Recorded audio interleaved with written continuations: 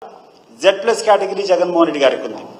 Jaganmohan Reddy car ముందర ఒక pilot ఉండాలా, జగన్మోహన్ రెడ్డి కారు చుట్టూ ఒక రో పార్టీ ఉండాలా. అవి ఉంటే ఇది జరిగేదానికి అవకాశం ఉందా? మీరు చెప్పేటువంటి అవకాశం ఉందా? తప్పు ఎవరిది నేను అడుగుతున్నా. ఎక్కడైనా మీ ఆ క్లిప్పింగ్స్ అంతా కూడా 6-7 గంటల జగన్మోహన్ రెడ్డి గారి పర్యటన జరుగుతూ ఉంది. ఆ క్లిప్పింగ్స్ అన్ని తీసుకోండి. మీ పోలీస్ అనేవాడు ఎక్కడైనా కనపడుతున్నాడా? మీది బాధ్యత కదా. ఒక Z+ కేటగిరీ ఉన్నటువంటి వ్యక్తి ప్రోగ్రామ్ ఇచ్చిన తర్వాత మీరు బందోబస్తు చేయాలా, అక్కడ ఉన్నటువంటి క్రౌడ్ ఎక్కువ వస్తుందని తెలిసినప్పుడు దానికి సరైనటువంటి బందోబస్తు కల్పించాల్సిన అవసరం మీ మీద ఉందా లేదా? బాధ్యత మీది, తప్పిదం మీది. మీరు చేయాల్సినటువంటి ప్రొటెక్షన్ మీరు చేయాలా, మీరు ఇవ్వాల్సినటువంటి పోలీస్ బందోబస్తు అక్కడ పెట్టాలా, మాత్రం కూడా అక్కడ పోలీసులు పెట్టాలా. ఈరోజు కార్యక్రమం జరిగితే బురద మాత్రం చల్లేదానికి రెడీ.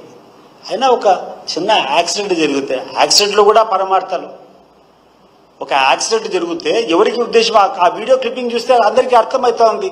ఆడ బానెట్ మీద నిలబడుకొని ఎగురుతా ఉండరు, డాన్స్ చేస్తూ ఉండరు, జనం ఎక్కడ చూసినా వచ్చి మీద పడతారు. దాన్ని కంట్రోల్ చేయాల్సినటువంటి బాధ్యత ఎవరిది? జగన్మోహన్ రెడ్డి గారికి ఆ సందర్భంగా ఏదైనా ఇబ్బంది జరిగిందంటే ఎవరిది బాధ్యత? నీ పోలీస్ వ్యవస్థ ఏమైపోయింది? నీ పోలీసుకు ఇన్ఫర్మేషన్ ఇచ్చిన తర్వాత, నీ పోలీసుకు పలానా సందర్భంగా జగన్మోహన్ రెడ్డి వస్తున్నారని చెప్పిన తర్వాత ఆయనకు భద్రత కల్పించాల్సినటువంటి అవసరము, బందోబస్తు ఏర్పాటు చేయాల్సినటువంటి అవసరం మీకు లేదా? ఈ పోలీసులకు లేదా అని చెప్పి నేను అడుగుతున్నాను. కాబట్టి చౌకబారు రాజకీయాలు మానుకోవాలని చెప్పి హితో చెప్పుకుంటూ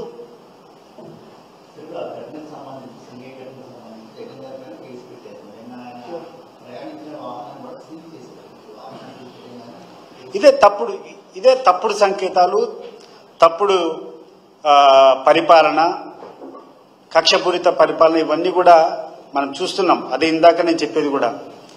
ఎంత దారుణంగా వీళ్ళు తయారయ్యారంటే, ఇట్ ఈస్ అన్ యాక్సిడెంట్. ఒకవేళ నిజంగా కూడా మనిషి కింద పడితే it is suppose to be an accident. ఒక ఉద్దేశం లేకుండా జరిగినటువంటి పొరపాటు is not a crime. An accident is not a crime. కానీ ఒక యాక్సిడెంట్ కూడా ఒక క్రైమ్ గా చెప్పేటువంటి దౌర్భాగ్యులు ఎవరంటే అది తెలుగుదేశం పార్టీ నాయకులే.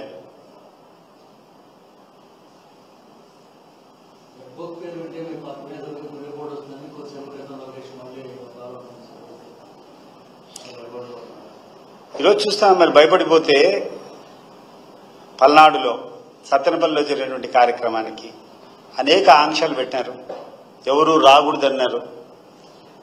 అక్కడటువంటి ప్రైవేట్ వాహనాలు ఎవరైతే ట్యాక్సీలు ఉంటారో ఆ ట్యాక్సీలకు అందరికి కూడా వస్తే మీ వెహికల్స్ అన్ని సీజ్ చేస్తామని బయట పెట్టారు.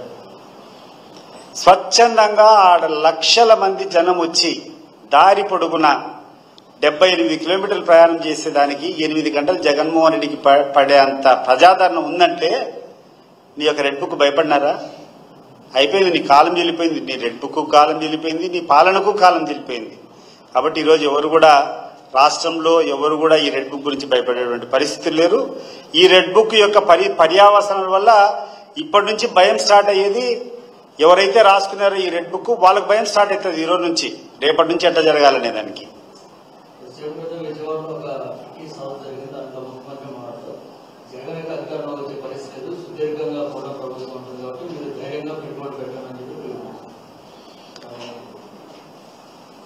చంద్రబాబు నాయుడు గారికి స్పష్టంగా తెలుసు ఈరోజు ఏ రకంగా కూడా ఈ రాష్ట్రంలో ఆఖరికి పెట్టుబడులను ఆకర్షించేటువంటి పరిస్థితులు కూడా లేరు. ఎందుకంటే విపరీతమైనటువంటి అవినీతి, ఏ రకమైనటువంటి ఇండస్ట్రీస్ కూడా నమ్మేటువంటి పరిస్థితుల్లో లేరు. కాబట్టి ఆయన రకరకాల అబద్ధాలు చెప్పేదానికి పూనుకున్నారు.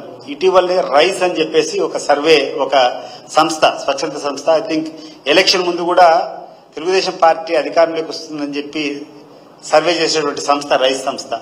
ఆ రైస్ సంస్థ ఇటీవల సర్వే చేసి ఒక రిపోర్ట్ ఏదో ఇచ్చినట్టుంది. దాంట్లో చూస్తే 163 మంది ఈరోజు తెలుగుదేశం పార్టీ శాసనసభ్యులు ఉంటే తిరిగి దాంట్లో గెలవగలిగిన వాళ్ళు 30 మంది కూడా లేరని చెప్పి ఈరోజు ఆ రిపోర్ట్ ఇస్తా ఉంది. దాన్ని బట్టి చంద్రబాబు నాయుడు గారు ఎంత గొప్ప వ్యక్తో, లేకుంటే వాళ్ళ పార్టీ ఏ రకంగా ఉందో ఆయన అర్థం చేసుకోవచ్చు.